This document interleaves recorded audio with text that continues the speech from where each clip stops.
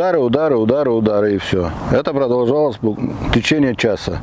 Потом меня посадили в другую машину, куда-то увезли, глаза связали, я ничего не видел, в машине били. А когда глаза мне развязали, я посмотрел, что меня везут с Дзержинского 16/1. А там стояли уже сотрудников 5, думаю, тут уж точно не убьют. 14 апреля этого года на этом данном месте произошел конфликт. Данный конфликт вызвал большой общественный резонанс в городе Якутске.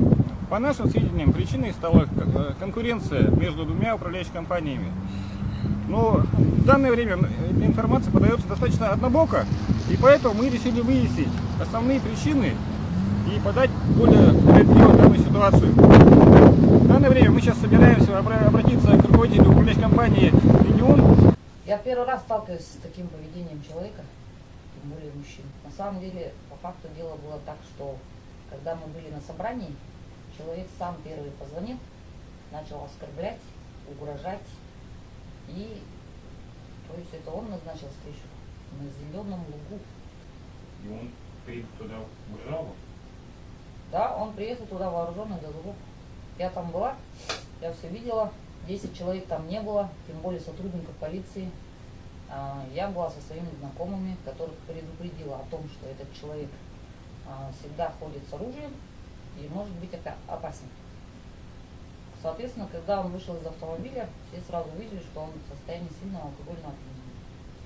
И он полез в карман, все подумали, что он полез за оружием. Поэтому его обезвредили, никто его не избивал, тем более целый час глаза не завязывал, прям как в американских боевиках.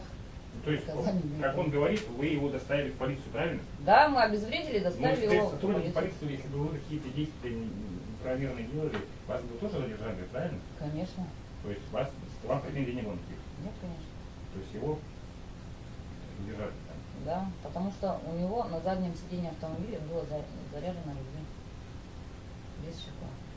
Плюс пистолет, который отобрал его сосед, который привез его. В данное время вы выслушали мнение директора компании «Юнион». К этому мнению, в принципе, можно было отнестись критично, да? Но есть одно «но». Заключается оно в том, что именно как раз в отношении УК «Столичная» поступает очень много жалоб. И иногда люди, которые жалуются на компанию «Столичная» или конкретно на господина Азизова, страдают в прямом и переносном смысле. В чем это заключается, вы сейчас поймете. Мы сейчас поедем на ГРЭС к Нелли Федосеенко. Она расскажет свою историю. Что ты снимаешь? А? Что ты снимаешь? А скажите, а Азизов может быть опасен для общества? Ну, реакция какая-то немножко неадекватная. Импульсивная. Конечно, я понимаю, что это может быть в силу каких-то национальных особенностей. Я ни в коем случае не против. Я сама, у меня есть в крови азербайджанская кровь, у меня дедушка азербайджанец. Вот поэтому я просто, но тем не менее, если ты работаешь с клиентами, и я же клиент, я прихожу и говорю какие-то вещи, которые мне не нравятся, за что я плачу деньги. И, конечно, здесь должна быть реакция соответствующая. Это обслуживающая компания в первую очередь, а не наоборот. А вот это, что он ударил вашего ребенка, он даже не извинялся? Он даже не извинялся, в том-то и дело, я говорю, может быть, стоило хотя бы просто попросить прощения, что, простите, что я так поступил, что впредь там, например, не буду так себя вести или еще что-то такое. Хотя бы извинения принесли. Он же начал в суде оправдываться, он начал приводить примеры, что я его доставала в течение нескольких часов, хотя это было максимум час от силы все вместе, что я его снимала чуть ли не 2 часа на видео, хотя это все неправда. Он начал там просто оправдывать, какие-то вещи говорить такие. В рамках нашего общественного расследования мы выявили еще один факт, да, по поводу поведения господина Азизова. К нам обратилась Наталья Николаевна Петрова, это директор УК ТОС, и рассказала тоже историю. Сейчас вы ее услышите. Да, было такое дело. У нас вышел спор из-за одного дома. Вот. Этот дом обслуживает ЖКХ «Столичная». Это офисное здание. Угу. Вот. И мы предложили свои услуги. У нас же свободный рынок. Угу. То есть написали коммерческое предложение, значит, владельцу здания, да, и ждали ответа. Вот. И когда зашел вопрос, видимо, о расторжении договора, да, об этом узнал Азизов. Вот.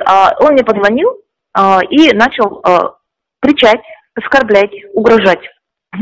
Но я по голосу сразу поняла, что он пьяный. Поэтому я ему сказала: Эльшан, проспись, потом позвонишь. Вот, и трубку положила.